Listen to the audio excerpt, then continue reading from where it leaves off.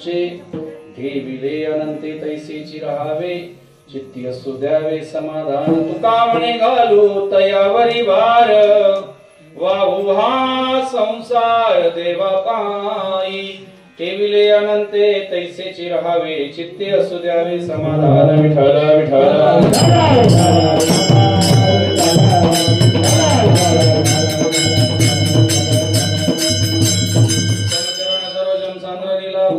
जगननीत पाणी मंडनम मंडनानां तरुण तुलसी माला कंदरम कंजनेत्रम सदैव धवलहास्यं विठ्ठलं चिंतयामि पांडुरंगा गुरु प्रथम मन दुसरे चरण संताची त्यांच्या कृपादानी कथेचा विस्तार बाबाजी सद्गुरु दास तुकाजे यांचे केले स्मरण होय सकळ विद्यांचे अधिकरण तेच वंदू श्री चरण श्री गुरूंचे ते नमस्कारून आता ओम नमो ज्ञानेश्वरा करुणा करा दयाळा तुमचा अनुग्रह लादलो पावन झालो चराचरी मुक्ताबाई नमो त्रिभुवन पावनी मुक्ताबाई नमो त्रिभुवन पावनी मुक्ताबाई नमो त्रिभुवन पावनी मुक्ताबाई नमो त्रिभुवन पावनी आदत्रय जननी देवाची आदत्रय जननी देवाची आदत्रय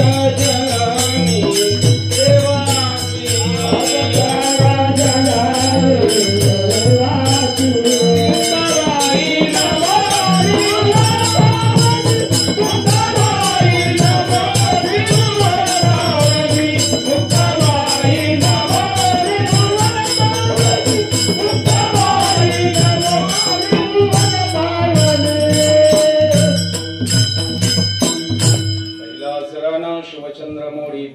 माता मुकुटी जडाळी कारुण्य सिंधू भव दुःखारी तुझ विन शंभो मज कोण तारी नमः पार्वती पतये शिव हर हर हर महादेव हेची थोर भक्ती आवडती देवा संकल्पावी माया संसाराची ठेविले अनंते तैसेची राहावे चित्ती असो द्यावे समाधान प्राप्त प्रसंगी कीर्तन रूपी सेवेसाठी घेतलेला अभंग देऊन निवास महाराष्ट्र उशीन जगतवंदनी जगद्गुरु तुकोबाराय महाराज यांचा हा 4 चरणाचा अभंग या अभंगामध्ये जगद्गुरु तुकोबाराय महाराज स्वतःच्या जीवनामध्ये आलेला अनुभव प्रतिपादन करत असतात ना या भक्ती महात्म्याचं वर्णन करतायत भक्ती किती प्रकारची आहे आणि भगवान परमात्म्याला कोणती आवडते त्याचा विषयाचं सुंदर असं वर्णन या अभंगामध्ये आहे विठ्ठल विठ्ठल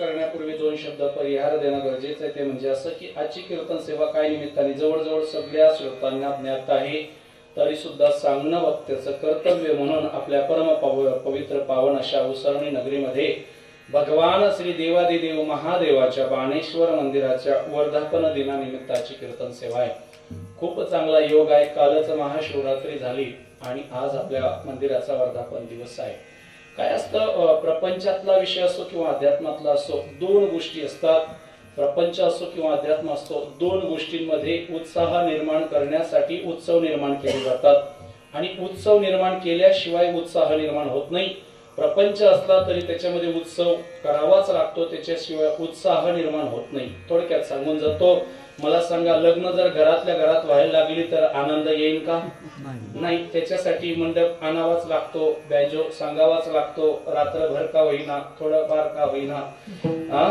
आनंद घ्यावाच लागतो त्या उत्सवाशिवाय प्रत्येकाच्या जीवनामध्ये उत्साह निर्माण होत नाही म्हणून प्रपंचातला उत्सव आणि अध्यात्मातला उत्सव असा सांगितला जातो की ज्या पद्धतीने मंदिराचा वर्धापन दिन म्हणा किंवा मग भगवान भोलेनाथाचं मंदिर असताना महाशिवरात्रीचा उत्सव म्हणा या गावदेवीचा उत्सव म्हणा नवरात्री म्हणा गणेशोत्सव म्हणा या विविध प्रकारच्या सणांना आध्यात्मिक सणांना आपण उत्सव म्हणून साजरा करतो त्याचं कारण म्हणजे एक की जीवनामध्ये भक्तीचा उत्साह व्हावा म्हणून मंदिर बनवल्यानंतर जर का त्या मंदिरामध्ये वर्षभर कोणी गेलंच नाही आणि वर्षभरातून एकही कार्यक्रम जर का त्या मंदिराच्या माध्यमातून झालाच नाही तर त्या देवालयाचा उत्सव झाला नाही म्हणून त्या देवालयाचा कोप होतो आणि त्या गावामध्ये उत्साह नसतो म्हणून प्रत्येक गावामध्ये उत्सव केला जातो नाहीच एखादं मंदिर असलं महाराज, काही काही गावं अशी की त्याच्यात मंदिरच नाहीये, मग त्याच्यात काय करावं लागेल? काय नाही, मंदिर असो किंवा नसो, पण प्रत्येक गावाची एक दिवस यात्रा असतेच. कोणत्या का देवाची अशी ना, पण प्रत्येक गावाची एक यात्रा असते आणि त्या यात्रेच्या निमित्ताने उत्सव साजरा केला जातो. आणि त्या नियमाला अनुसरून असं आपल्या परम पवित्र पावन नगरीमध्ये वर्धापन दिन उत्सव साजरा केला. थोडा आवाज कमी करा, थोडासा कमी करा, एकदम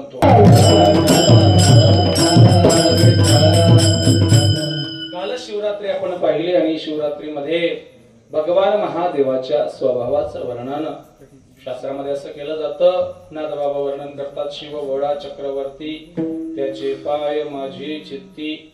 भगवान भोलेनाथ हा भोळा स्वभावाचा माणूस आहे. भोळा स्वभाव आहे भोलेनाथाचा. सगळ्या देवांमध्ये लवकर कृपा करणारा देव जर कोणता असेल तर ते भोलेनाथ आहे, कारण त्यांचा स्वभाव भोळा आहे. भोळा महादेव कधी कृपा करीन सांगता येत नाही. भोळा शब्दाचा अर्थ कळतो का? जो काहीही विचार न करता देतो तो भोळा. नाही तर बऱ्याच लोकांना असं ऐकतो आपण, अहो महाराज तुम्हाला माहिती नाही, आमच्या घरातला माणूस खूप भोळा आहे. भोळा या शब्दामध्ये आणि बावळट या शब्दामध्ये फरक आहे. लक्षात येतोय ना तुमच्या? ज्याला काहीच कळत नाही त्याला भोळा नाही म्हणत, त्याला शब्द दुसरा आहे. म्हणून भोळा फक्त देवाचा स्वभाव आहे. आणि किती भोळा आहे? खूप सुंदर स्वभाव भगवान.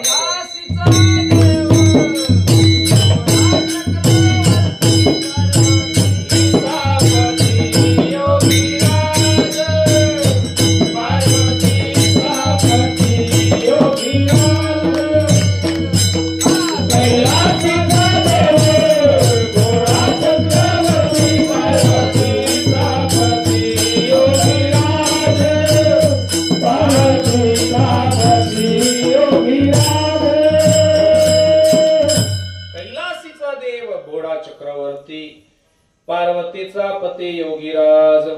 भगवान महादेवाचा स्वभाव भोळा आहे. किती भोळा आहे? भगवान महादेवाला काही भान राहत नाही की आपल्या भक्ताला काय काय द्यावं. त्या रावणाला सुद्धा आत्मलिंग द्यायला देवाने कमी केलं नाही. त्या भस्मासुराला वरदान द्यायला देवाने कमी केलं नाही. अनेक प्रकारची वरदान आपण पाहतो भगवान महादेवाने दिलेली, आणि ते वरदान स्वरूपामध्ये देत असताना देव कधीच विचार करत नाही. अशा भगवान महादेवाचा भोळा स्वभाव. आणि त्या भगवान महादेवाच्या वर्षातून एक महापर्वणीचा सण म्हणजे महाशिवरात्री. आणि ते देवादिदेव महादेवाच्या दरबारामध्ये आपण साजरा करत असणारा आपला वर्धापन दिन कितवा आहे? 17वा वर्धापन दिन आहे. म्हणजे पुढच्या वर्षी तुमच्या मंदिराला 1.5 तप पूर्ण होईल. 12 वर्षाचं एक तपपूर्ती सोहळा असतो. पुढच्या वर्षी तुमच्या मंदिराला 18 वर्ष पूर्ण होतील, म्हणजे 1.5 तप होईल. आणि 24व्या वर्षी तुमच्या मंदिराची 2 तप पूर्ण होतील. शास्त्रानुसार सेंचुरी हाफ सेंचुरी नाही केली जात. शास्त्रानुसार तपाचं गणित केलं जातं. 12 वर्ष 24 वर्ष अशा पद्धतीने तपाचं गणित केलं जातं. आणि सुंदर अशा पद्धतीने या ठिकाणी एकांतामध्ये, खरं सांगू का, भजन हे एकांताचंच आहे, लोकांताचं नाहीये. लोकांतामध्ये केलेलं भजन मनालाही आवडत नाही, मनापर्यंतही पोहोचत नाही. उदाहरण सांगू का? मंदिरामध्ये एकांतामध्ये गेल्यानंतर जर 2-5 मिनिटं जरी नामस्मरण केलं तरी त्या नामस्मरणाचा आनंद काही वेगळाच असतो. आणि हजारो लोकांमध्ये बसून जर नामस्मरण केलं त्याचा आनंद वेगळाच असतो. 1000 लोक पाहिल्यानंतर जरी मनाला आनंद वाटत असेल तरी नामस्मरणाचं ते फळ प्राप्त होत नाही जे एकांतामध्ये असतं. तुका म्हणे आम्हा एकांताचा वास.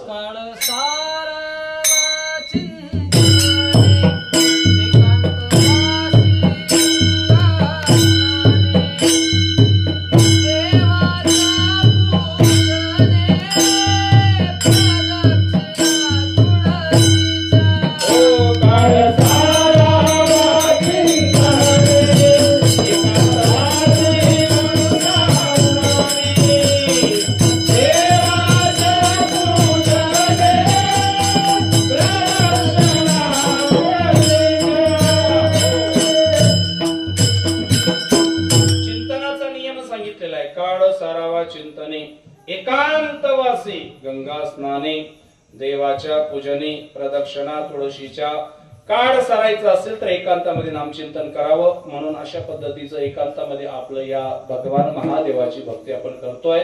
वर्धापन दिन आहे म्हणून त्या निमित्ताला अनुसरून आपल्या जीवनातल्या भक्तीचं महात्म्य आपल्याला कळावं म्हणून भक्तीपर नामचिंतन आपण करणार आहोत. मागच्या वर्षी मला वाटतं आवडीने भावे हरिनाम घेशी या भंगावरती चिंतन झालं होतं. या वर्षी भक्तीचं महात्म्य, कारण गेल्या वर्षी आपण नाम पाहिलं, नामाचं महात्म्य पाहिलं. या वर्षी आपल्याला भक्तीचं महात्म्य पाहायचं आहे. विठ्ठल विठ्ठल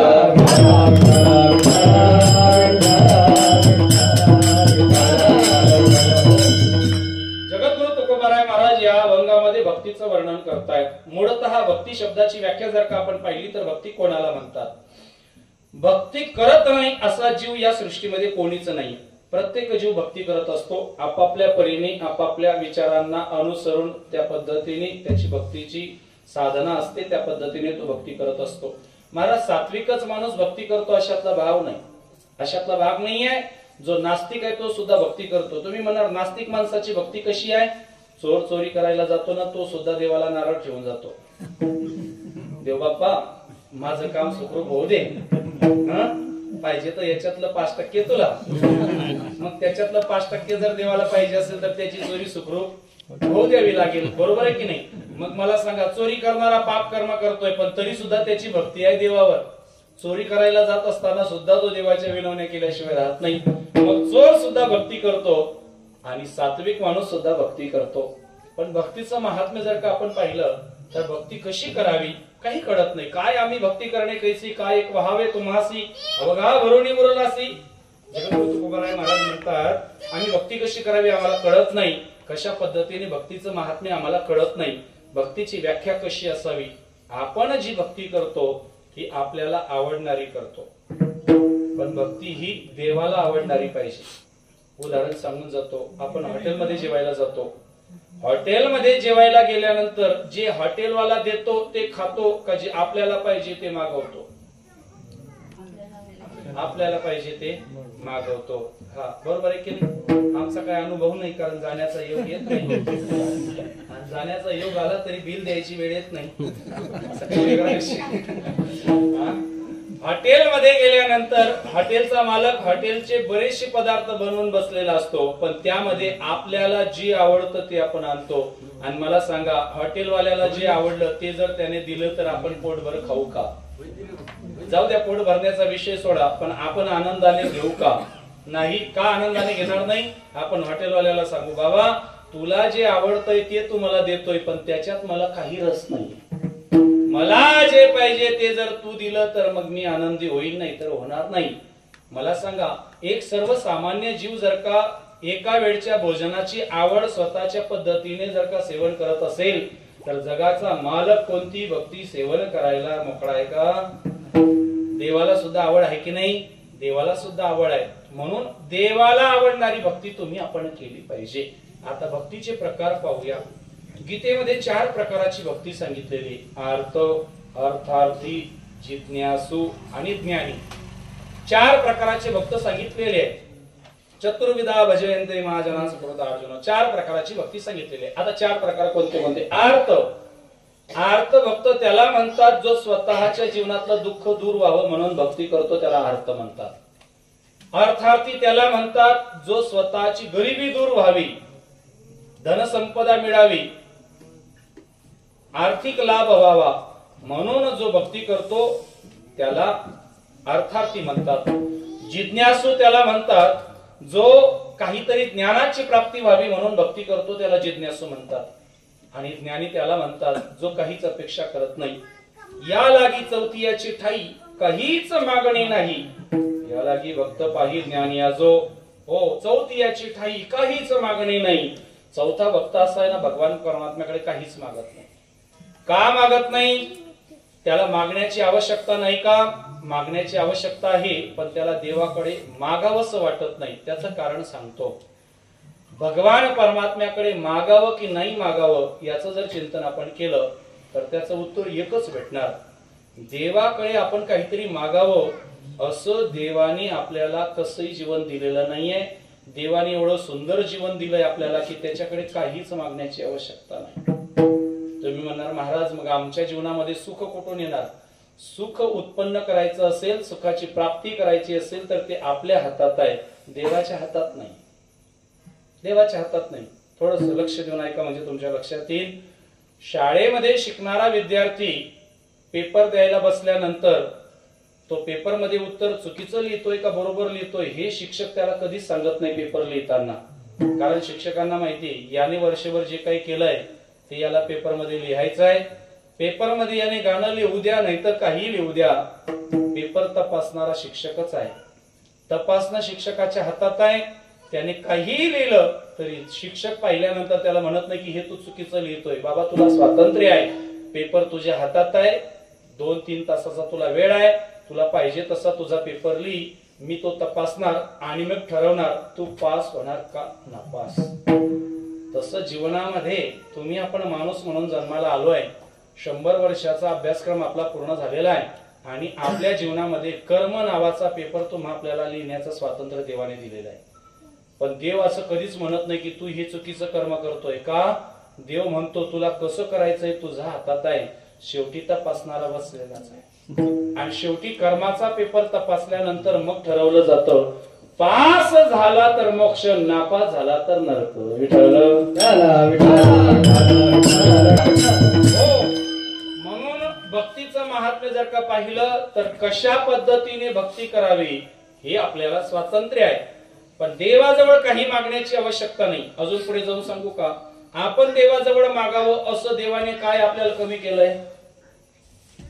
काय कमी केलंय? सर्व दिलंय. सुरुवातीपासून सांगू का, आईच्या उदरातून आपला जन्म नंतर झाला, तिच्या स्तनामध्ये दूध अगोदर भरलं गेलं. म्हणजे आपल्या जन्माच्या अगोदर त्याने आपल्या दुधाची व्यवस्था करून ठेवली.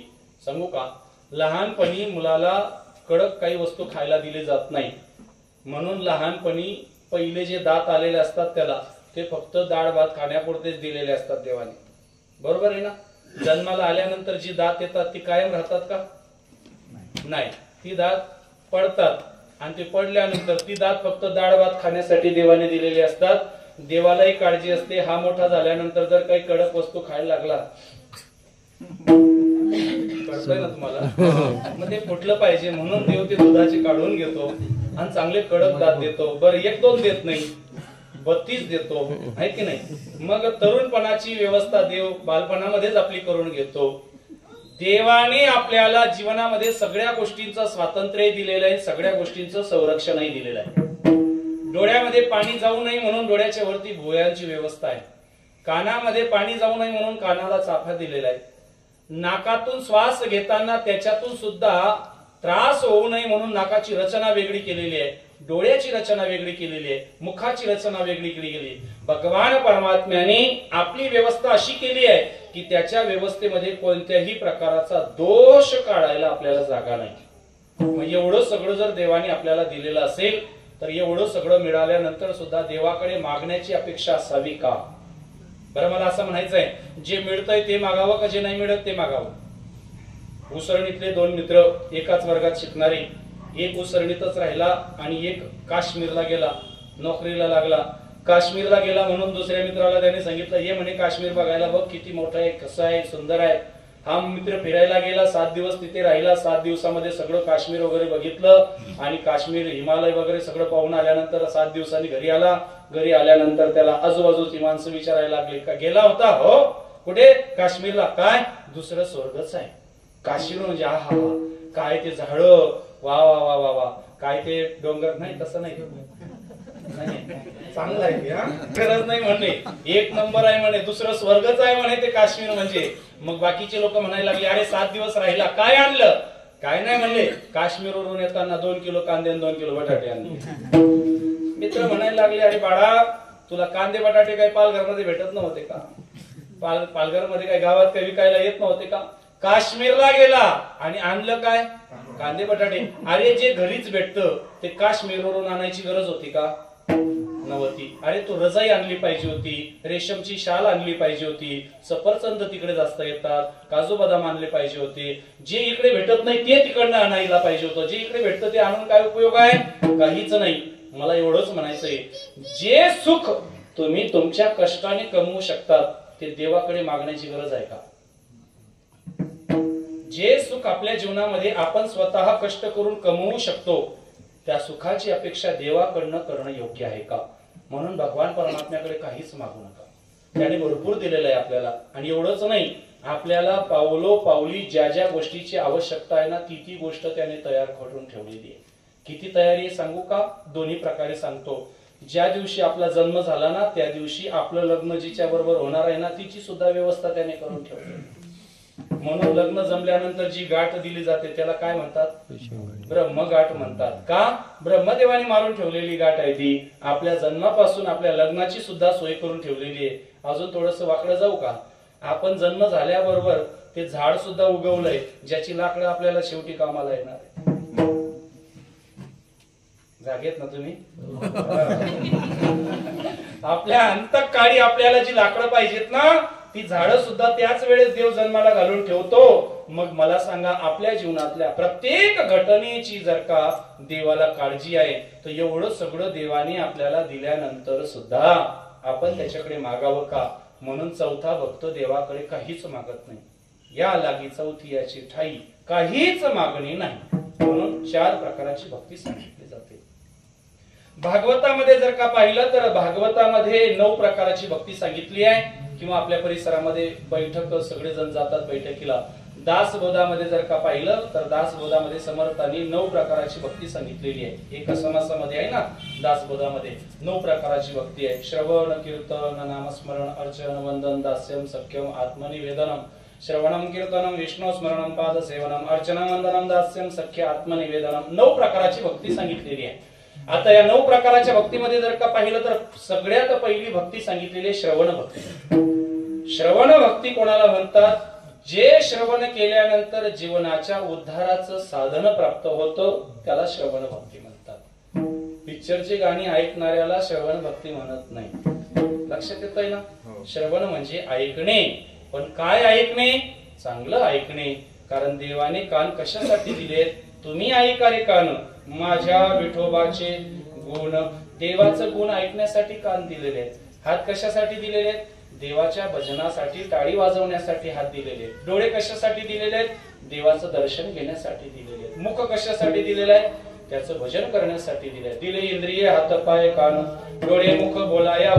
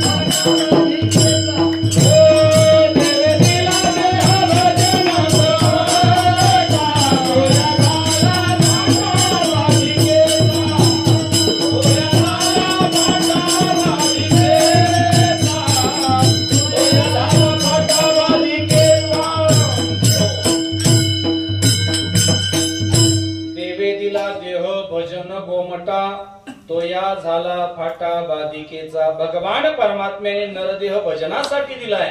पण आपण भजन सोडून सर्व कामासाठी वापरतो. सर्व कामासाठी वापरतो आपण. काय काय भजनासाठी नरदेह दिला होता आणि विचारपूर्वक दिला होता.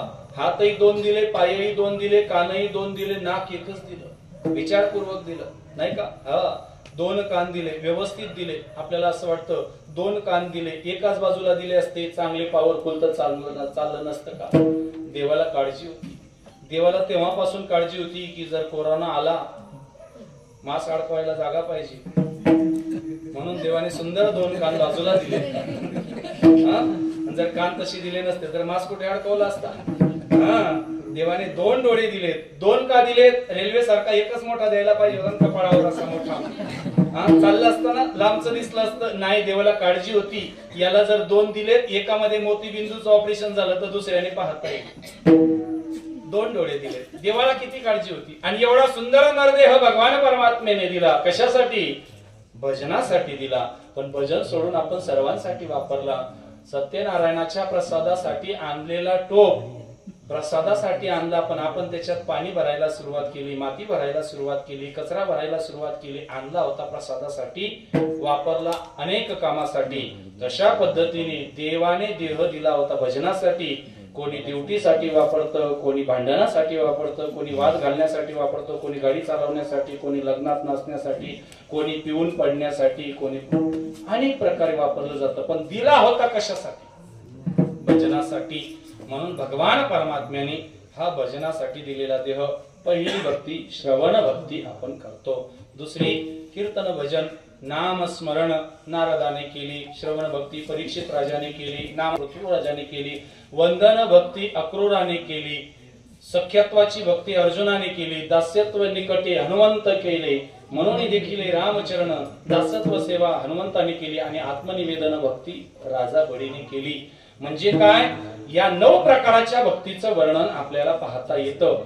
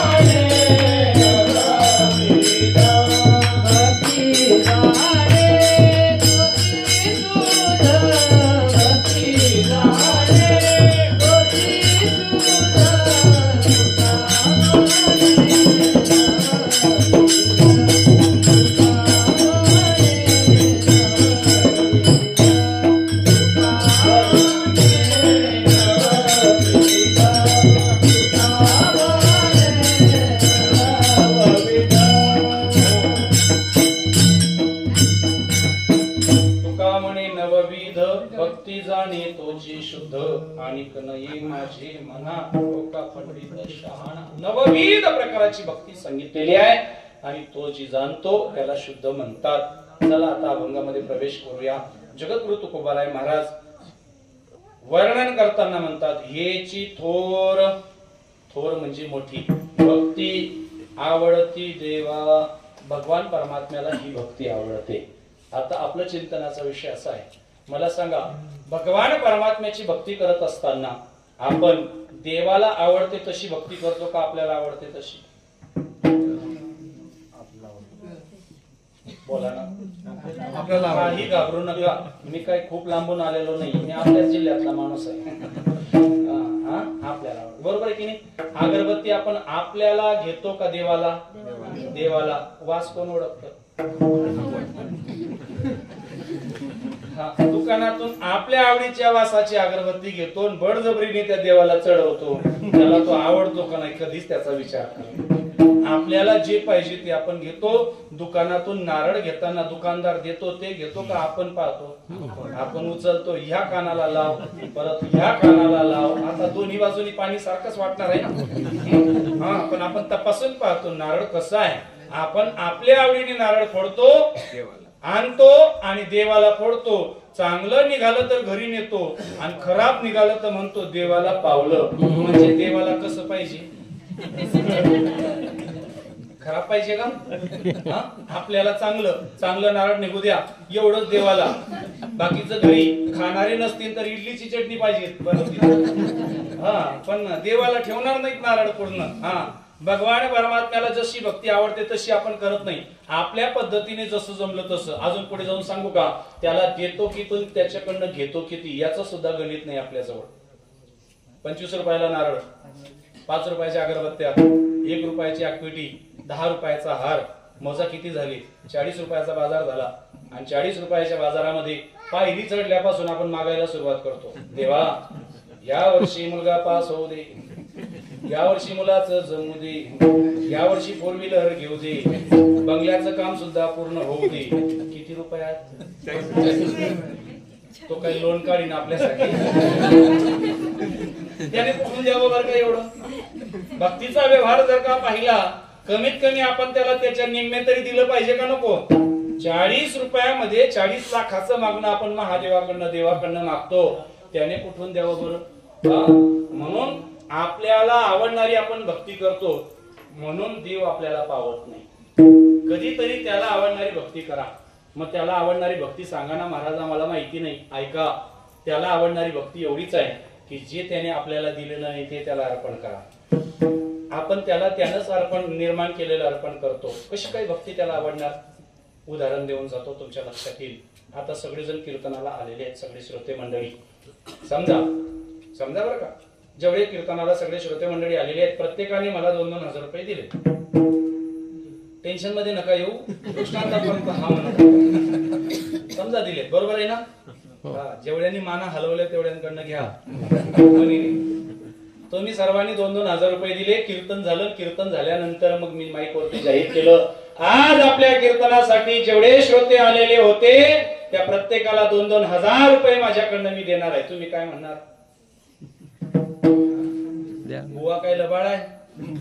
आमचेच घेतले, आम्हालाच देतोय, नाव स्वतःच सांगतोय. हा, असं असतं का? मग मला सांगा, नारळात पाणी भरणारा कोण? नारळ निर्माण करणारा कोण? फुलं निर्माण करणारा कोण? त्याच्यात सुगंध भरणारा कोण? त्याच्यात रंग भरणारा कोण? सगळं निर्माण करणारा देवच आहे. मग त्याने निर्माण केलेलं जर त्याला देत असाल, आपण आपलं काय दिलं? नारळ तर त्यानेच निर्माण केलंय. त्याचं निर्माण केलेलं नारळ त्यालाच फोडतो तो फोडतो. त्या नारळातलं पाणी सुद्धा त्याच्याच तोंडावर मारतो. पिऊन बघ कसं आहे तू तयार केलेलं नारळ. हा, आपल्याला पूजा करताना जर का एखाद्याने जर का नारळ फोडलं, आपल्या तोंडावर जर पाणी मारलं तर आपल्याला किती राग येईल, आहे की नाही? हा, आपलं स्वागत करताना जर एखाद्याने जर का मूठभर कुंकू जर आपल्या कपाळावर मारून ठेवलं, आपल्याला किती राग येईल. मग देवाच्या मूर्तीचा कधी विचार करता का? बघा, यात्रेच्या दिवस देवच दिसत नाही.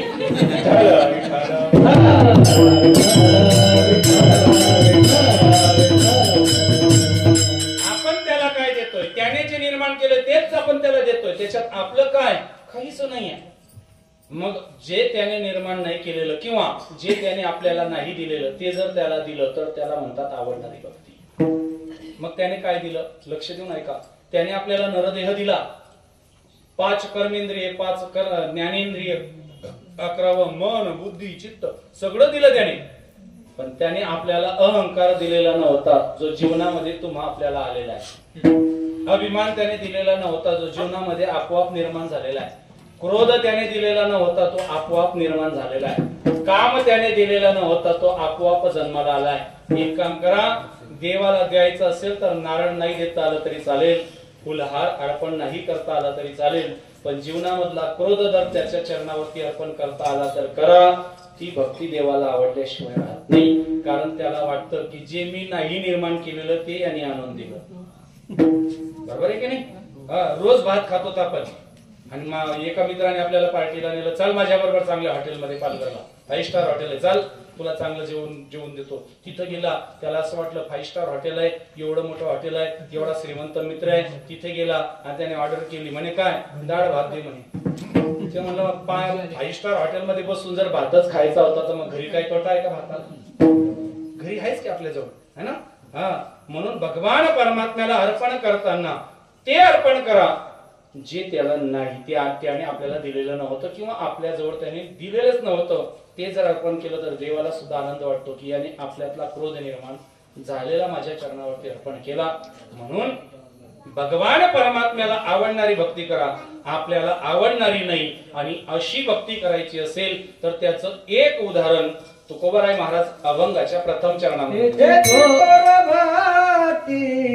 आवडती देवा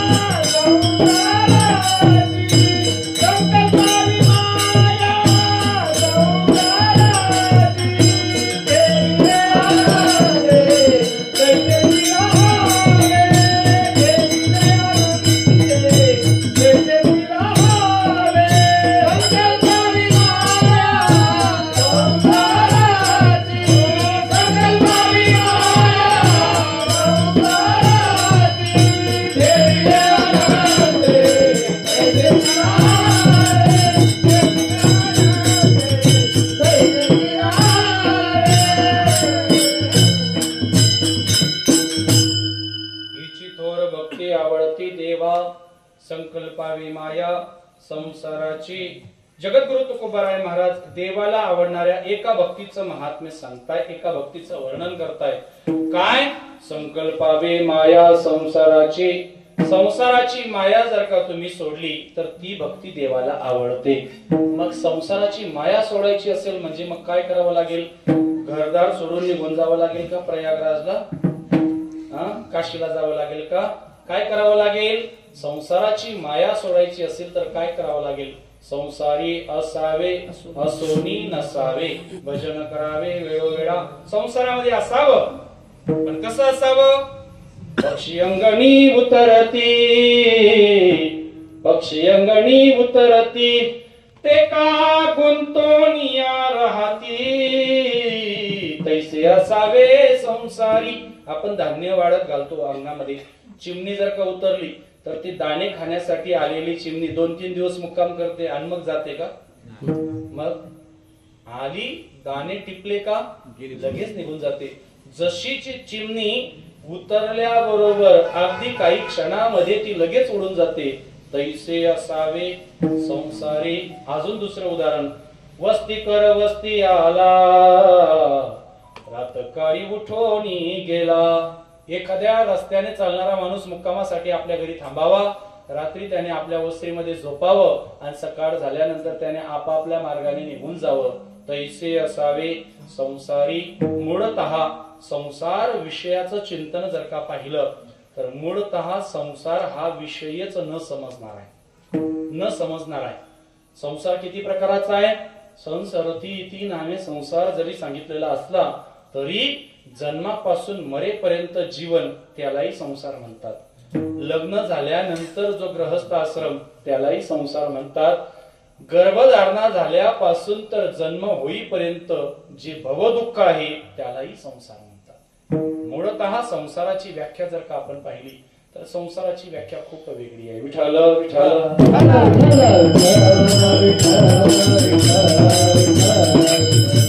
संसार खरा म्हणावा की खोटा म्हणावा असं जर आपण म्हटलं, खरा म्हणावा तर दिसत नाही आणि खोटा म्हणावा तर रोज करतो. खरा म्हणावा, संसार खरा की खोटा? खरा आहे. आणा बरोबर पिशवीमध्ये, बॅगेत, गोणीमध्ये, डब्यामध्ये. महाराज तो काय डब्यात आणण्याचा विषय? संसार खोटा आहे का खरा आहे? आणा.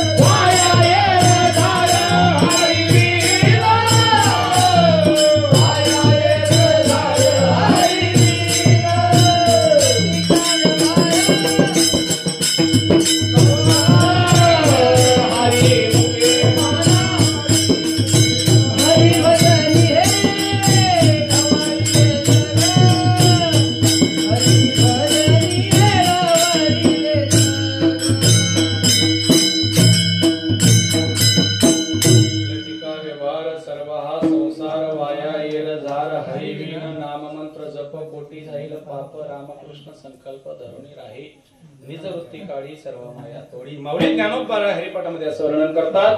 हा संसार कसा आहे? लटका आहे. गोड प्रमाण महाराजांनी दिलं. लटका आहे. लटका म्हणजे कसा आहे? खोटा आहे. खोटा आहे म्हणजे कसा आहे? अहो फक्त भासतो, दिसत नाही.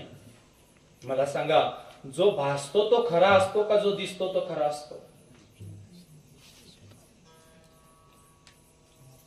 जो असतो तो खरा असतो का दिसतो तो खरा असतो? का फक्त भासतो तो खरा असतो का नसतो तो दिसतो? असंच असतो.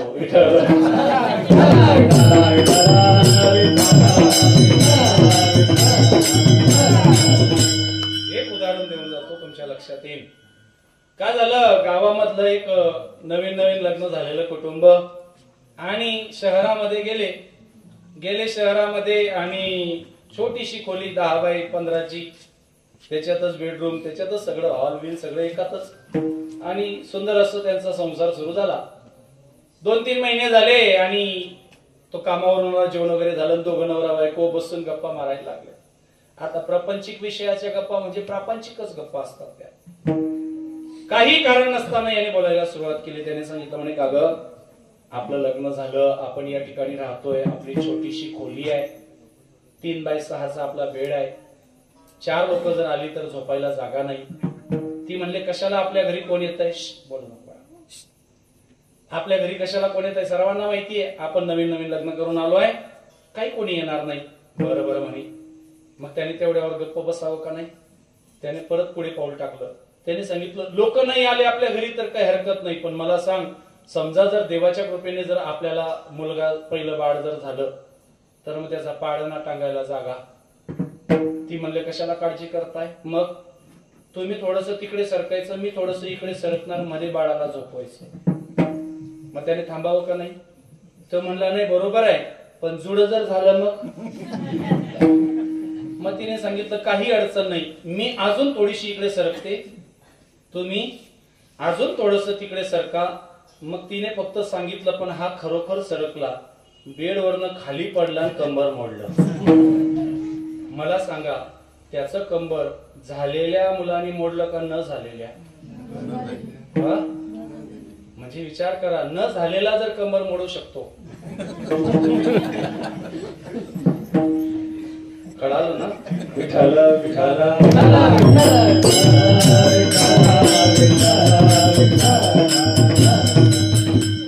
जो मुलगा जन्माला चाला नाही तो जन्माला यायच्या अगोदर याचं कंबर मोडलं. असा संसार आहे. संसार कळतच नाही, पण जीवनातलं दुःख मात्र तो दिल्याशिवाय राहत नाही. याला संसार म्हणतात. हा कळत नाही, त्याला शोधायला गेलो तर सापडत नाही. मुळतः हा विषय असा आहे की तो संसारच मुळतः दुःखाचा आहे. दुःख बांधवणी आहे या संसार, सुखाचा विचार नाही कोठे, किंवा संसार दुःख मूळ चहूकडे इंगळ, विश्रांती नाही कोठे, रात्रंदिवस तळमळ, काम क्रोध लोभ शूनी, पाठी लागली ओढाळ, कवना मी शरण जाऊ, दृष्टी देईल निर्मळ. संसार कसा आहे, मूळतः दुःखाचाच आहे. स्वाध्याय परिवारातली बरीचशी मंडळी आपली असणार. 15व्या अध्यायाची सुरुवात करताना भगवान परमात्मा संसार वृक्षाचं वर्णन करतात. ऊर्ध्वमूलमदशाखम् अश्वत्थं प्रावुरव्ययम् छंदांसी यस्य पर्णानि यस्तं वेद स वेदवित्. ह्या वृक्षाचं मूळवरती आहे. ऊर्ध्वमूलम, वरती मुळ आहेत त्या झाडाची. कोणत्या झाडाची, संसार रूपी झाडाची. वरती मुळ आहेत आणि फांद्या खाली आहेत. आता ज्या झाडाची मुळच वर आहेत, म्हणजे ज्या झाडाची रचनाच उलटी आहे, त्या झाडात आपल्याला सुख किती मिळणार आहे. मी नेहमी विनोदाने एक उदाहरण देत असतो. मला सांगा, वांग्याच्या झाडाला किती वेळ पाणी टाकलं म्हणजे टमाटे लागतील. 2 महिने, 4 महिने, जास्त. सांग, वाडी आहे ना तुझी. वाडीवाले सांगा बरं, लागतील का. नाही लागणार. का नाही लागणार, नाही लागणार, कारण ते झाडच वांग्याचं आहे. बरोबर आहे ना, झाडच वांग्याचं आहे, त्याला टमाटे कशाला येतील महाराज. तसं संसाराचं दुःखाचं आहे, त्याच्यातून सुख मिळणार का, मिळणारच नाही, कधीच मिळणार नाही. भासणार की सुख मिळतंय, पण मिळत नाही. फक्त सुखाचा आभास आहे. आलं का लक्षात. बेडरूम तयार केल्यानंतर सुंदर बेड आपण तयार करतो, त्याच्यावर सुंदर गादी आणतो, गादीची सुविधा जीवनामध्ये मिळते, पण झोपेचं सुख मिळणं भाग्यात नसतं. काय, नरम गादी, चांगला पलंग, एसीची हवा, पण जर डोक्यामध्ये चिंता असेल तर एसीची हवा सुद्धा फेल जाते आणि माणूस रात्रभर जागा राहतो. त्याला सुविधा मिळाल्या पण सुख मिळालं. म्हणून धन कमवल्यानंतर संसारामध्ये सुविधा निर्माण करता येतात, संसारामध्ये सुख निर्माण करता येत नाही. विठाल विठाल.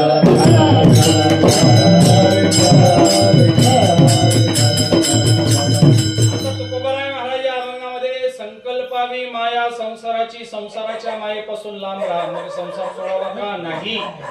उदाहरण असं सांगितलं जातं, संकल्प करा. म्हणजे संकल्प म्हणजे आपण मगाशी उदाहरण पाहिलं की संसारात असं नसल्यासारखं. विषय असा आहे, संसार त्यागू नका.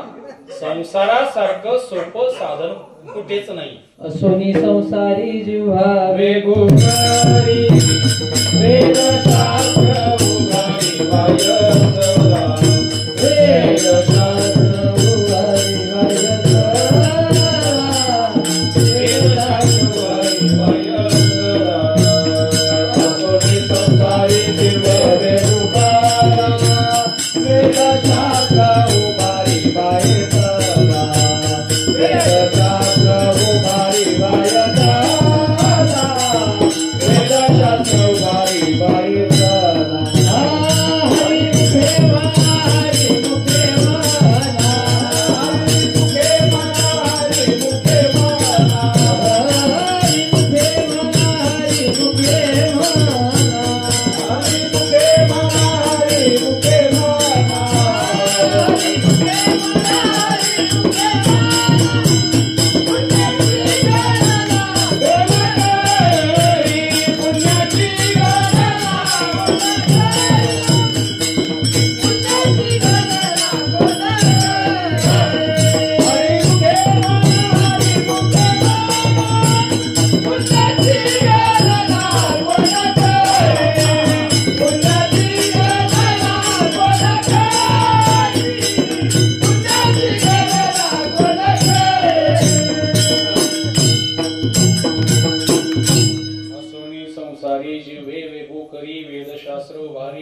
सदा.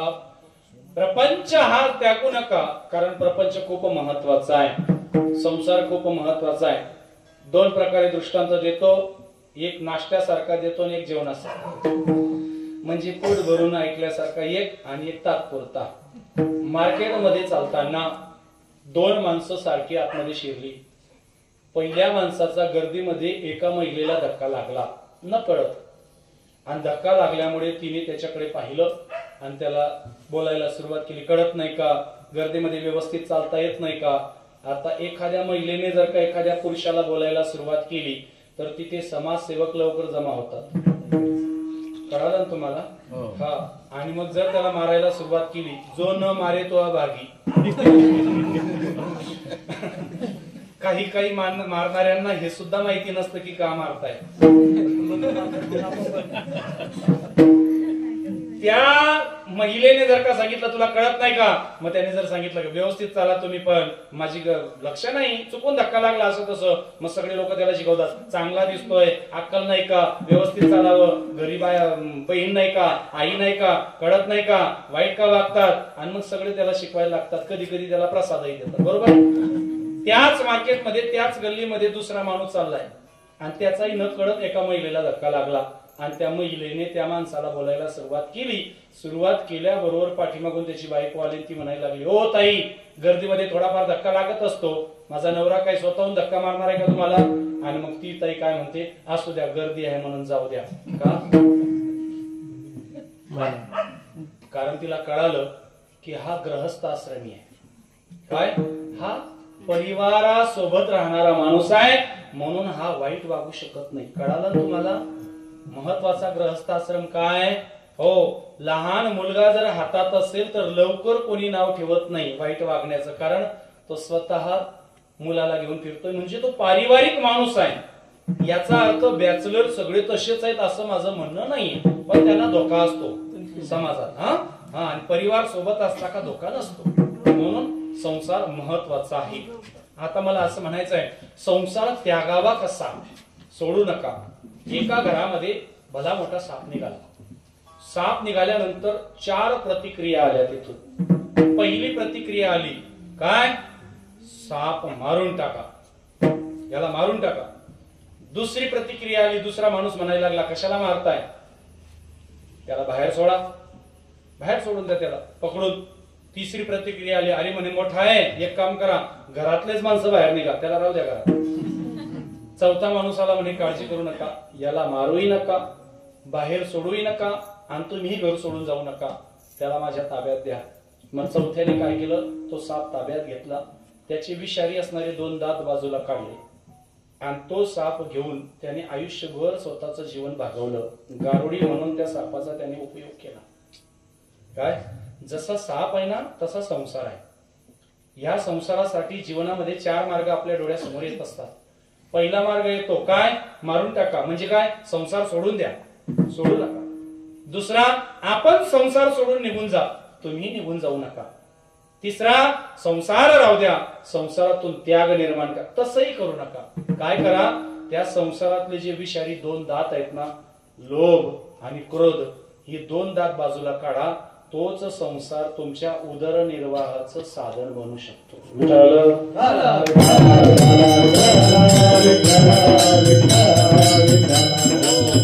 म्हणून असोनी संसारी जिव्हे वेगू करी. माऊली ज्ञानोबा काय सांगतात? प्रपंचामध्ये प्रपंच करून परमार्थ करा. प्रपंच करून परमार्थ करावा. रामदास स्वामीचं एक वाक्य आहे, आधी प्रपंच करावा नेटका, मग परमार्थी असावे विवेका. ज्याला प्रपंच नेटका करता आला त्याचा परमार्थही नेटका होत असतो, आणि ज्याला प्रपंचच करता आला नाही त्याला परमार्थ काय जमणार आहे? काहीच जमणार नाही. एक गावातला माणूस एका महाराजांकडे आला. मला वाटतं रामकृष्ण परमहंसांच्या जीवनातला दृष्टांत आहे. रामकृष्ण परमहंसांकडे एक व्यक्ती आला. आल्यानंतर त्यांना सांगू लागला, म्हणे मला देवाची प्राप्ती करायची आहे. रामकृष्ण परमहंस म्हणायला लागले, तुला देवाची प्राप्ती अशी कशी काय होईल? नाही म्हणे, मला देवाची प्राप्ती करायची. बरं, घरी कोण कोण आहे? आई वडील आहेत. हो, ठीक आहे. मग घरी? नाही म्हणे, घरी राहत नाही मी. गावात कोणाशीच बोलत नाही. का नाही बोलत? मला कोणाशी जमत नाही. बरं बरं. मित्रमंडळी? काहीच नाही. शाळेत कोणाशीच बोलत नाही. कोणाचं काही बोलणं संबंधच नाहीये. म्हणे का? मला जगावर विश्वास नाही. मला जगातल्या कोणत्याच व्यक्तीवर विश्वास नाही, म्हणून मी कोणाशीच बोलत नाही. म्हणे मग मैत्री वगैरे? कोणाशीच नाही. आई वडिलांना सुद्धा मी त्यागून दिलेला आहे. मग रामकृष्ण परमहंस म्हणले, तुला देवाची प्राप्ती कधीच होणार नाही. तो म्हणला, असं कसं काय? एवढं सगळं त्याग करून आलोय, देवाची प्राप्ती होणार नाही? म्हणले, नाही होणार. म्हणले, का होणार नाही? त्याचं कारण आहे, देवाच्या प्राप्तीसाठी पाहिजे असतं प्रेम. तुला जर माणसावरच प्रेम करायचं कळलं नाही तर देवावर प्रेम करायला कधी कळणार? म्हणून अगोदर माणसांवर प्रेम करायला शिक, म्हणजे देवाची प्राप्ती होईल. याचा अर्थ काय? जीवनामध्ये संसाराचा त्याग करू नका. संसार आहेच. संसार हे साधन आहे देवापर्यंत पोहोचण्याचं. म्हणून जगद्गुरु तुकोबारायांनी सुद्धा संसार केला. नाथबाबांनी सुद्धा संसार केला. संत शिरोमणी नामदेव महाराजांनी सुद्धा संसार केला. चोखोबांनी संसार केला. गोरोबा काकांनी संसार केला. आपल्या वारकरी संप्रदायामध्ये जेवढे संत झाले, माऊली ज्ञानोबारायांच्या 4 भावंडांना सोडून प्रत्येक संतांनी संसार केला आणि संसार करून परमार्थ केला. फक्त एक करा, त्या संसाराचा मायेचा अभाव लागू देऊ नका. संसार आपल्याला धरून ठेवू देऊ नका. उदाहरण देऊ का? आता मी तुम्हाला सांगतो, हा माईक मला किती वाजता सोडणार? किती वाजता सोडणार? सोडणारच नाही महाराज. का सोडणार नाही?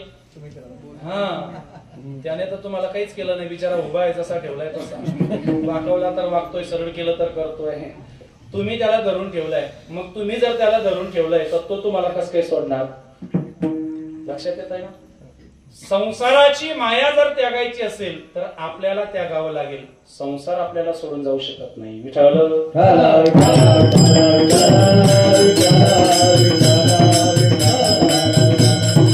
तुकोबाराय महाराज म्हणतात, देवाला आवडणारी भक्ती कोणती आहे?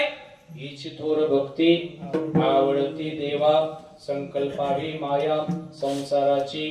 आणि माया त्यागल्यानंतर, मायेचा संकल्प केल्यानंतर, भगवान परमात्माला आवडणारी भक्ती केल्यानंतर जीवनामध्ये कसं जगावं, अभंगाचं दुसरं चरण.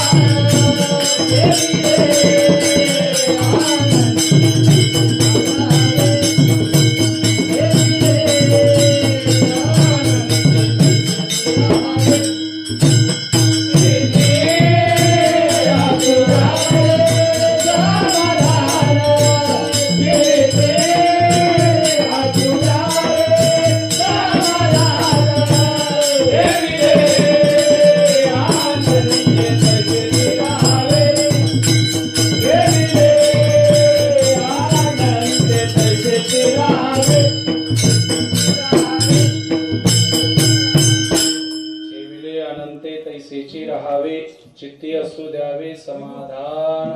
मग जीवनामध्ये कसं जगावं लागेल? आपण म्हणतो जसं देवाने ठेवलं असेल तसं जगावं लागेल. थोडस वेगळ्या पद्धतीने सांगतो. देवाने ठेवलं तसं जगावं लागतं का तसंच जगावं लागतं?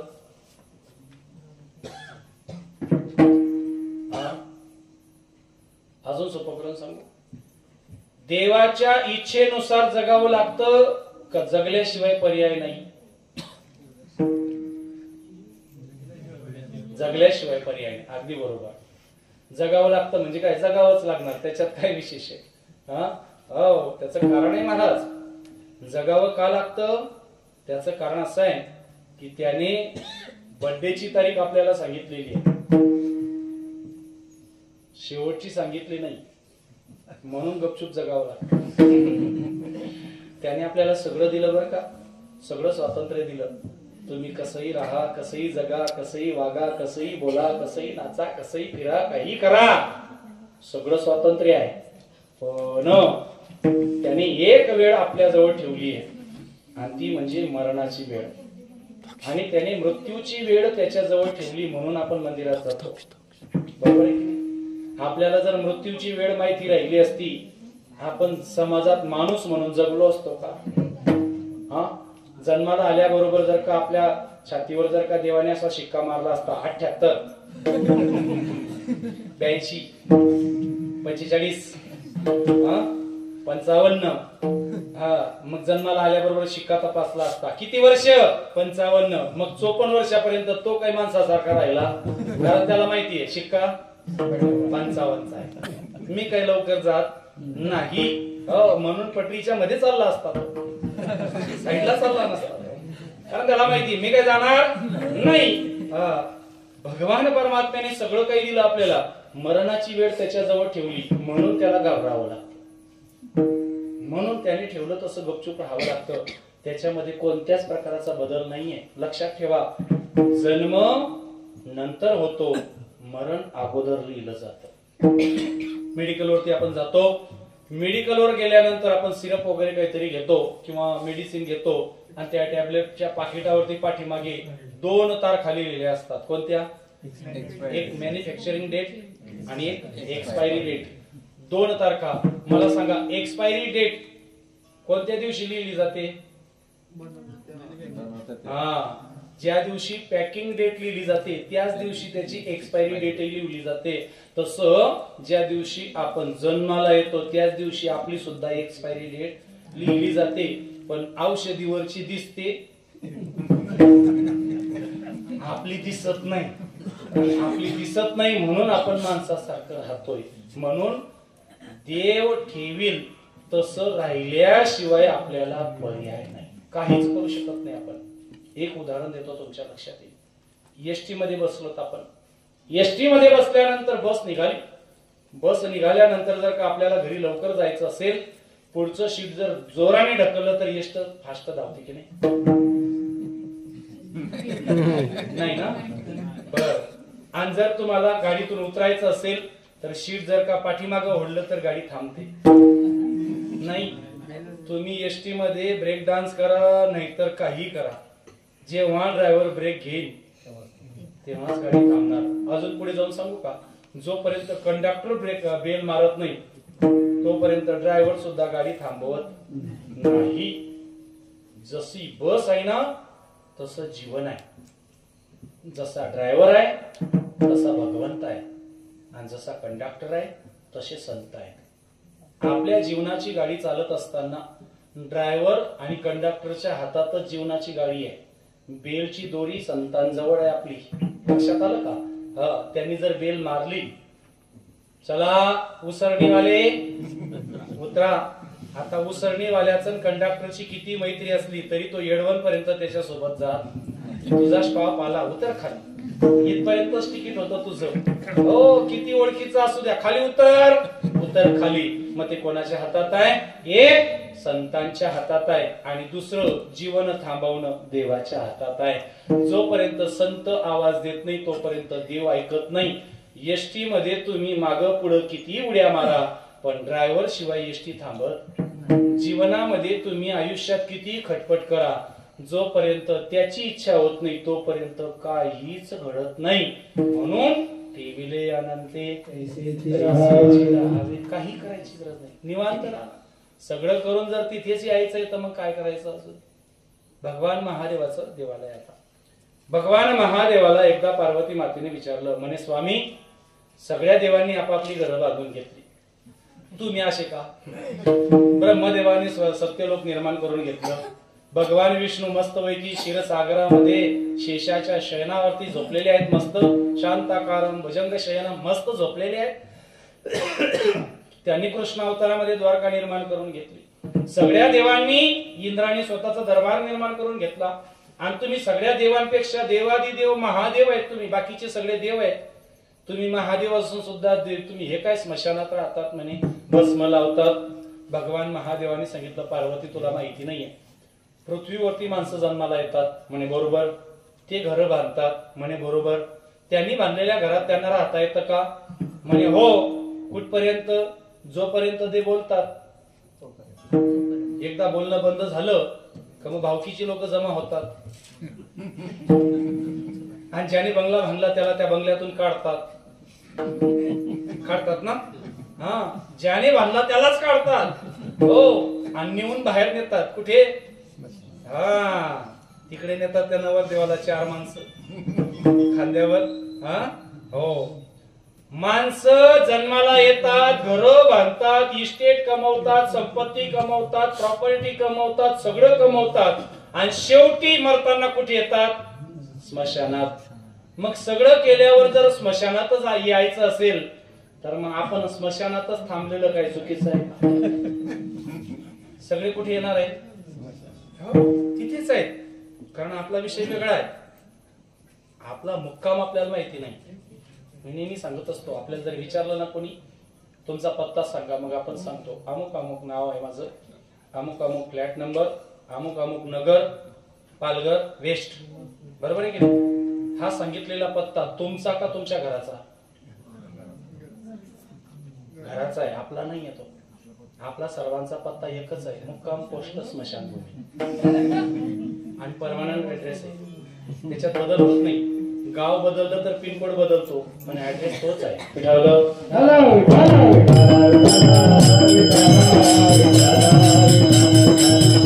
म्हणून सगळं करून जर का तिथे जायचं असेल तर मग तसंच निवांत राहा. एक छोटस उदाहरण देतो पुढच्या चरणाकडे जातो. एका उन्हाळ्याचे दिवस होते. रस्त्याच्या बाजूला एक सुंदर मोठं असं आंब्याचं झाड होतं. त्या आंब्याच्या झाडाखाली सावलीमध्ये एक काम करणारा माणूस झोपला होता. डोक्याला मस्त त्याने उशी घेतलेली होती दगडाची आणि त्याच्यावर रुमाल ठेवलेला होता हातातला आणि निवांत असा झोपला होता. त्या रस्त्याने एक माणूस आला. आल्यानंतर त्याने पाहिलं, काय झोपलाय म्हणे. अरे काम केलं असतं 2 पैसे मिळवते. त्याला जाग आली. त्याने सांगितलं, काय झालं बाबा. काय नाही, अरे काय निवांत झोपलाय, झोपून काय पोट भरणार आहे. हा, त्याने सांगितलं मग काय करायला पाहिजे. अरे काम धंदा कर. काय होईल त्याने, पैसे येतील. मग त्याच्याने काय होईल, पैशाला पैसा जमा कर. मग त्याच्याने काय होईल, तुझं घर होईल. मग त्याच्याने काय होईल, तुझा बंगला होईल. मग त्याच्याने काय होईल, घरात एसी लागणार.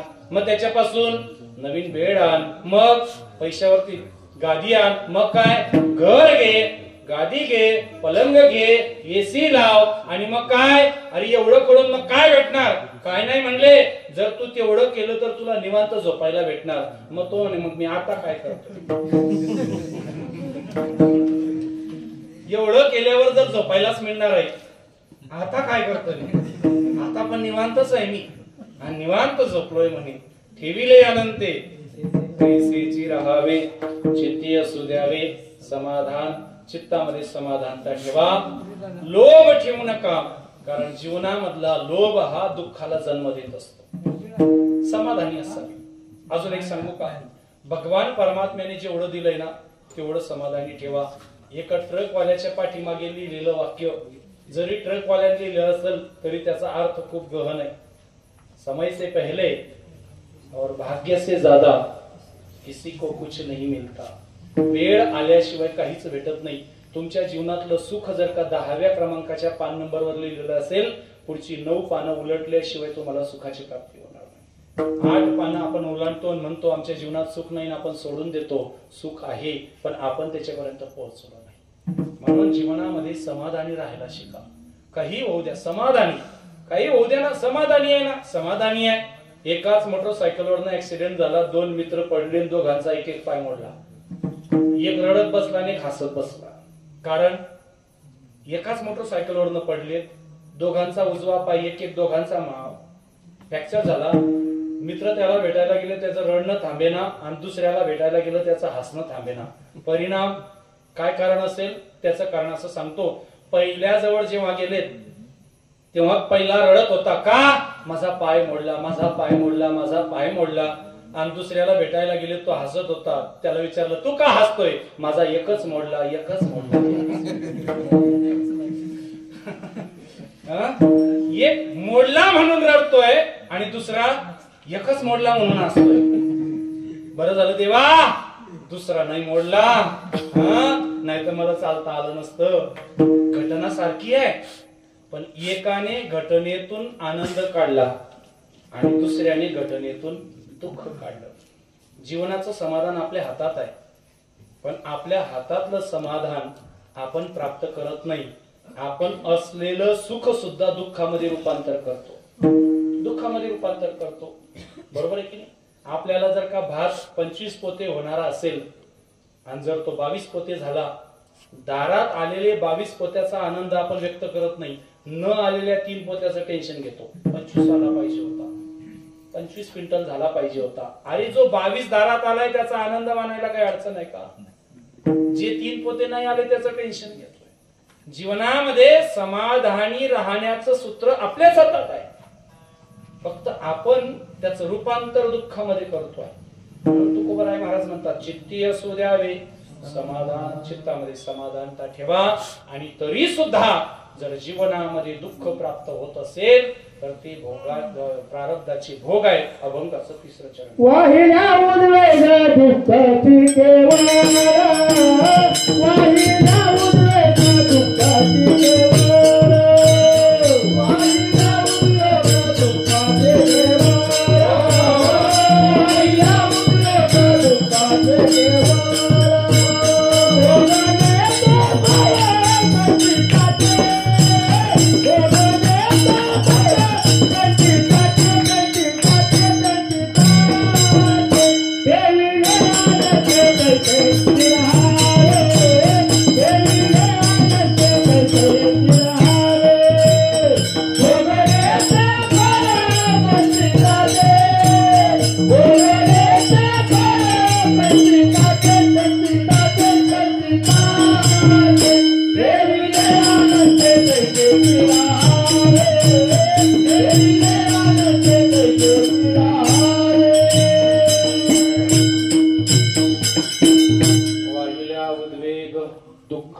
केवळ भोगणे ते फळ संचिताचे. जीवनामध्ये जे काही भोगायला मिळतंय ना ते आपल्या संचिताचं फळ आहे. आज जे आपण कर्म करतोय ना हे पुढे भोगायला मिळणार आहे. बरीच माणसं म्हणतात, महाराज जेव्हापासून मंदिरात जायला लागलो तेव्हापासून घरात भांडणं जास्त व्हायला लागली. महाराज जेव्हापासून बैठकीला जायला लागलो तेव्हापासून टेन्शन वाढायला लागलं. मग देवाने टेन्शन वाढवलं का? नाही. आता मिळालेली चिंता पूर्वी केलेल्या कर्माची आहे. आज आपल्या ताटात जो भात आला ना तो काल पेरलेल्या तांदळाचा आहे का? नाही. जो मागच्या वर्षी होता त्याचा आहे.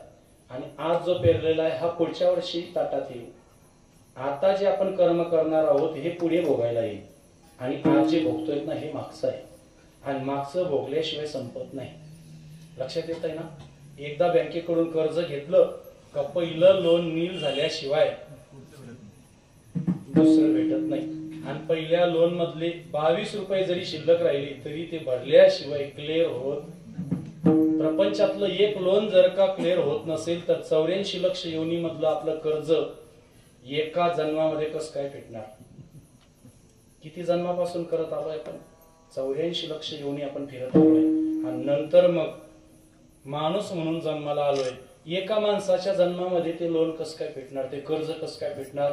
म्हणून जर दुःख मिळत असेल तर समजायचं हे आपल्या प्रारब्धाची भोग आहे. जे भोगल्यानंतरच संपणार आहे. म्हणून दुःख जर जास्त आलं तर समजायचं आमचं काहीतरी पूर्व प्रारब्ध असेल. भोगणे ते फळ संचिताचे, भोगावंच लागणार आहे. संचितातलं जे काही फळ आहे ते विशेष जसं कर्म केलेलं असेल तसं फळ भोगायला मिळतं. एका जंगलामध्ये एक कुटुंब आपला उदरनिर्वाह भागवण्यासाठी वाईट मार्गाने पैसा कमवत असेल. त्या जंगलातून एक रस्ता होता. त्या रस्त्यातून आपले हे व्यापारी वगैरे जायला एका वाटेने जायचे आणि गेल्यानंतर ते कुटुंब काय करायचं, ते रस्त्याने चालणाऱ्या व्यापाऱ्यांना वगैरे ती माणसं असायची त्यांना लूटमार करायची आणि लूटमार केल्यानंतर त्यांच्या जवळचं धन काढून घ्यायचे आणि आपला उदरनिर्वाह करायचे. बऱ्यापैकी असं झालं त्या रस्त्याला लूटमार होते म्हणून लोकांचं येणं जाणं कमी झालं आणि त्या कुटुंबावरती उपासमारीची वेळ आली. मग ते आई वडील आणि त्यांचा मुलगा एका ठिकाणी बसले आणि त्यांनी ठरवलं जर असं जर झालं तर आपलं जीवन कसं काय जगता येईल. मग तिघांनी ठरवलं म्हणे काय करायचं, लक्ष देऊन ऐका. तिघांनी ठरवलं, त्याच्या आईला त्याने सांगितलं म्हणे तू जायचं आणि रस्त्याने चालणाऱ्या व्यापाऱ्याला बोलवून आणायचं. घरी आणल्यानंतर त्याच्याकडून धन काढून घ्यायचं आणि मग वडिलांना सांगितलं तुम्ही त्याला मारून टाकायचं. दोघांची कामं वाटली गेली आणि माणूस मेल्यानंतर खड्डा करून त्याला बुजायचं काम मुलाकडे दिलं. तिघांनी 3 कामं वाटून घेतली. दररोज कार्य सुरू झालं महाराज. एक दिवस असा आला, एक व्यापारी आला आणि आल्यानंतर त्याला ती गोड बोलून घरापर्यंत आणलं. पुढे जंगलामध्ये प्राणी आहेत, रात्रीचा प्रवास करू नका, आमच्याकडे चला, राहा, सकाळी निघून जावा. आणि त्याच्याजवळ भरपूर धन होतं. तिने त्याला गोड बोलून घरापर्यंत आणलं आणि आणल्यानंतर त्या व्यापाऱ्याला घरामध्ये बसवलं झोपडीमध्ये आणि बाहेर दोघं नवरा बायको गप्पा मारीत बसले. गप्पा मारता मारता पत्नी आपल्या पतीला म्हणायला लागली म्हणे अहो ऐका, काय आजचा व्यापारी आहे ना खूप श्रीमंत आहे म्हणे, मग भरपूर धन आहे त्याच्याकडे, मग आज लवकरच त्याचं काम करून टाकू. त्यांच्या गप्पा त्या व्यापाऱ्याने ऐकल्या. त्याने विचार केला इथे मरण्यापेक्षा प्राणांच्या हाती मरण आलं तरी चालेल पण सुखरूप जर पोहोचलो तर जिवंत तर राहील. म्हणून तो झोपडीच्या दुसऱ्या दरवाजाने जंगलातून निघून गेला. जेव्हा या दोघांच्या गोष्टी सुरू झाल्या, कुऱ्हाडीला धार लावायचं काम सुरू होतं आणि बायको त्याला म्हणायला लागली ऐका व्यापारी तब्येतीला जास्त आहे, धार चांगली लावा, एका घावात 2 तुकडे झाले पाहिजे. आणि दोघांच्या गप्पा सुरू झाल्या, याच्याकडनं धन घ्यायचं. दोघांच्या गप्पा रंगल्या. मुलगा बाहेर गेला होता, बाहेरून आला आणि झोपडीच्या पाठीमागच्या दरवाज्यातून आतमध्ये आला. पाहिलं तर बिछाण्यावरती कोणीच नाही आहे. आई वडील दोघही बाहेर गप्पा मारतायत. त्याला असं वाटलं मला यायला उशीर झाला म्हणून माझं काम माझ्या वडिलांनी आज करून टाकलं आणि आता काम संपलं म्हणून त्या खाटेवरती तो मुलगा झोपला आणि पायापासून डोक्यापर्यंत त्याने चादर पांघरून घेतली. दोघं नवरा बायको बोलत बोलत घरात आले आणि झोपडीमध्ये आल्यानंतर न बोलता पत्नीने आपल्या पतीला इशारा केला की घाव जोरात टाका, व्यापारी एका घावात मेला पाहिजे. बापाने कुऱ्हाडीचा घाव जोरात घातला. कोण मेलं? भोगणे ते फळ संचिताचे. जसं कर्म केलं तसं भोगावंच लागतं. भोग तोन गडे संचिता वाचुनी. हो केले कर्म झाले तेची भोगा आले. उपजले मेले ऐसे किती. पूर्वजन्मामध्ये राजा असणारे भीष्म पितामह रस्त्याने चालताना सरडा पाहिला आणि सरडा माझ्या घोड्यांच्या पायाखाली येईल म्हणून बात्यातून बाण काढला. बाणावरती सरडा अलगद उचलला आणि बाजूला टाकला. कर्म असं झालं ज्या ठिकाणी सरडा पडला ते होतं बोरीचं झाड आणि बोरीचं झाड असल्यामुळे त्याच्या पोटामध्ये काटे गेले. कर्म लिहिलं गेलं. भीष्म पितामहांना शेवटी कशावर झोपावं लागलं? बाणावरती झोपावं लागलं. मग देवतांना जर कर्म सुटत नसेल, देवाच्या अवताराला आल्यानंतर देव अवताराला आल्यानंतर सुद्धा सीते सीते म्हणून रामायणामध्ये देवाला रडावं लागलं. जर देवाला कर्म सुटत नसेल तर तुम्हा आपल्याला सुटणार आहे का? म्हणून ते भोगून पूर्ण करा, नष्ट करण्याच्या नादात पडू नका.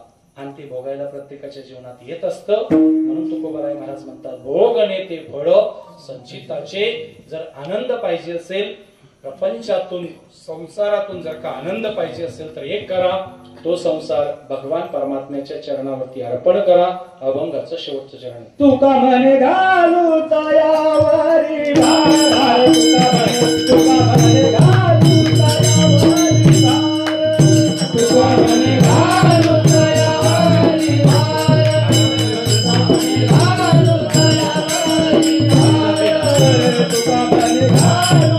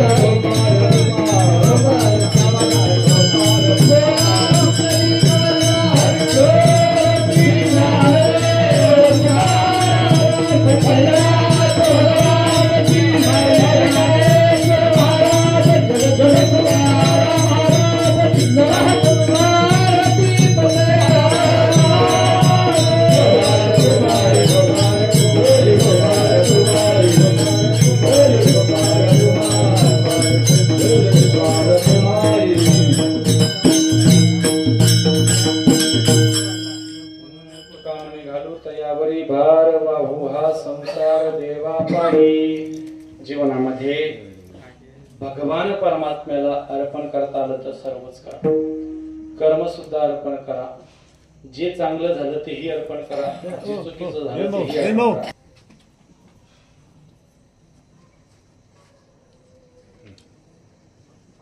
घरामध्ये जर का 1.5 महिना झाडू नाही मारला तर काय होईल?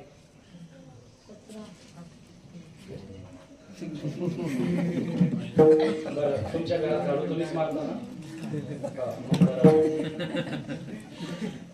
घरात जर दररोज दिवसातून 2 वेळा जर किमान झाडू नाही मारला घराला तर घरात काय जमा होईल? कचरा जमा होईल. जसं घर स्वच्छ राहावं म्हणून आपण दररोज घराला झाडू मारतो. तसं कर्म स्वच्छ राहावं वाटत असेल तर दररोज केलेलं कर्म देवाला अर्पण करत चला. साधू संत का पुण्यवान आहेत? सहज कर्मे ती झाली ब्रह्मार्पण. रात्री झोपताना दोन्ही हात जोडा आणि देवाला विनंती करा, हे भगवंता, सकाळी उठल्यापासून आतापर्यंत माझ्याकडनं जे काही चांगलं वाईट कर्म झालेलं असेल ते सर्व तुला अर्पण. म्हणजे दररोज झाडू मारून ठेवणे, केलेलं कर्म सगळं देवाला अर्पण करणे. तुम्ही म्हणणार मग चांगलं कशाला देवाला अर्पण करायचं? मग देव काय फक्त आपलं पापच घेईल का? देव काय फक्त आपलं पापच घेईल का?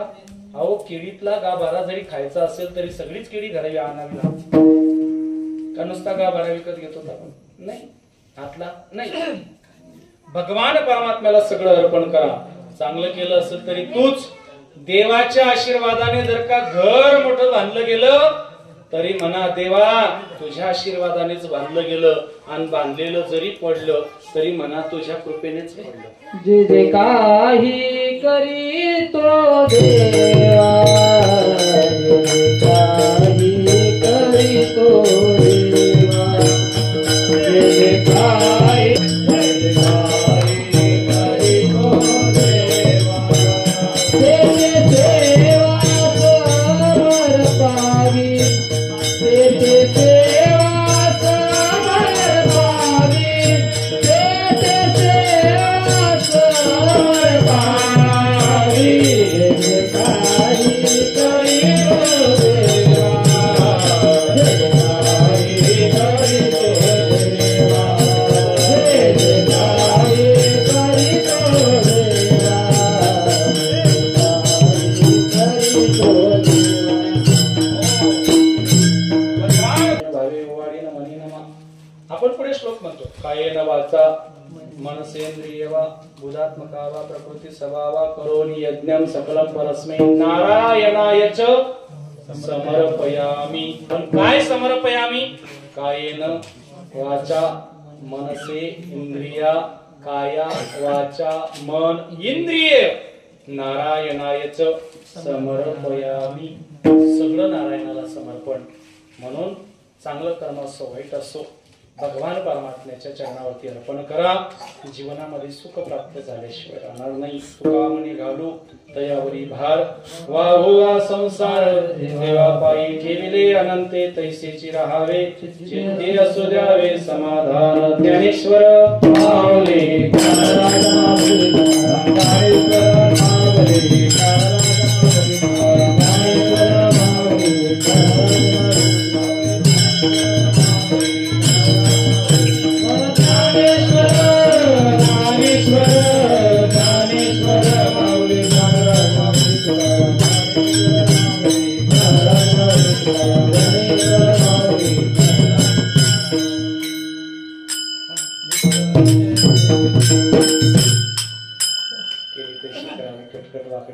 मध्ये येण्याचा योग येतोय.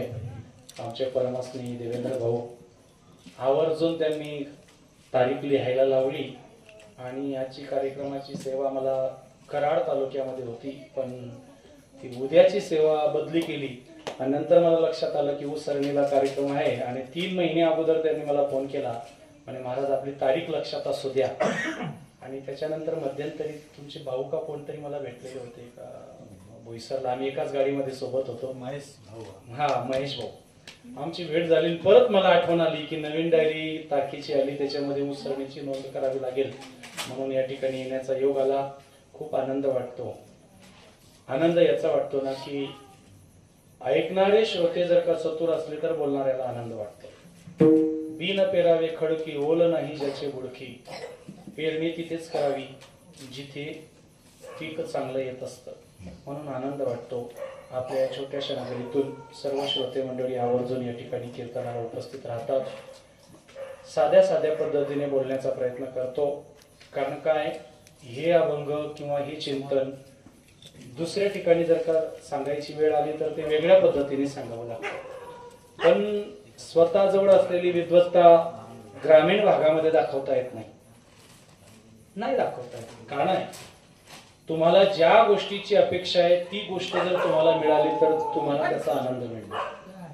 बऱ्याच गोष्टी जर का मी सगळ्या संस्कृत मध्येच बोलत गेलो तर तुम्हाला त्याच्यातलं काहीच करणार नाही. कारण आपण सर्वसामान्य माणसं आहोत. तुम्ही माझ्या सकट जरी पाहिलं तरी आपण सगळे सामान्य जीव आहोत. आपल्याला रुचकर पचेल असं जर सांगितलं तर आपल्या मनापर्यंत पोहोचतं. म्हणून सोप्या पद्धतीने अभंग सोडवण्याचा प्रयत्न केला. आजच्या कीर्तनासाठी आमची साथ संगत बोईसरवरून आलेली सगळी टाळकरी मंडळ, आमचे हरिभक्तपरायण मोहित महाराज शास्त्री आणि परिसरातून आलेली सगळी टाळकरी मंडळ, आमचे वैद्य महाराज सपाटावरून आलेले आहेत. यावेळेला थोडासा उशीर झाला. गेल्या वर्षी तसं झालेलं होतं आणि याही वर्षी तसंच झालं. पण यावर्षी मी टाइम वाढवून घेतला. भाऊंना म्हटलं 8:30चा टायमिंग द्या, कारण आम्हाला 2-3 ट्रॅफिक पार करून यावं लागतं. एक बोईसरची ट्रॅफिक लवकर सुटत नाही आणि 4 रस्त्याला परत अजून थोडी ट्रॅफिक लागते तिथून. आणि सगळ्यात महत्वाचा विषय म्हणजे सगळा नोकरी वर्ग आहे. ड्युटीवरून येता 6:30-7 वाजतात. आंघोळ करायची, कपडे बदलायचे, परत इकडे यायचं, थोडासा उशीर होतो. म्हणून यावर्षी आम्ही खूप प्रयत्न केला लवकर येण्याचा. तरी उशिरा आलेली वेळ आम्ही ओव्हर टाइम म्हणून भरून काढली. 20 मिनिटं जास्त घेतलेत. अशाच पद्धतीने सर्वांनी चिंतन करत राहा. चिंतन श्रवण करण्याची सवय करा. भगवान परमात्म्याच्या चरणावरती आपलं जीवन समर्पित करा आणि आपल्या जीवनाचा मोक्ष प्राप्त करून घ्या. झालेली सेवा देवादिदेव महादेवाच्या चरणी अर्पण करूया. सर्वांनी एकदा मुखाने भजन आणि हाताने टाळी. तुकाराम तुकाराम तुकाराम तुकाराम तुकाराम तुकाराम तुकाराम तुकाराम तुकाराम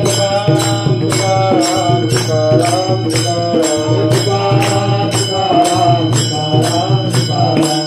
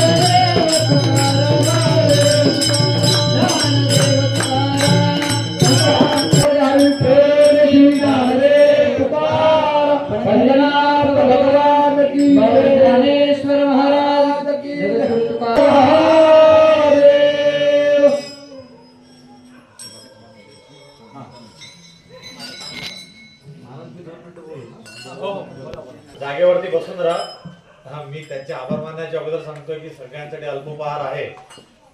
सर्वप्रथम मी प्रदीप पाटील महाराज यांचं मी आभार मानतो की त्यांनी माझ्या विनंतीला मान ठेवून मी जवळजवळ 3 ते 4 महिने अगोदर त्यांच्याशी कॉन्टॅक्ट केला आणि त्यांना सांगितलं की आम्हाला तुमचं कीर्तन दरवर्षीच हवंय, त्यामुळे तुम्ही हा तारीख दुसरं कोणाला देऊ नका.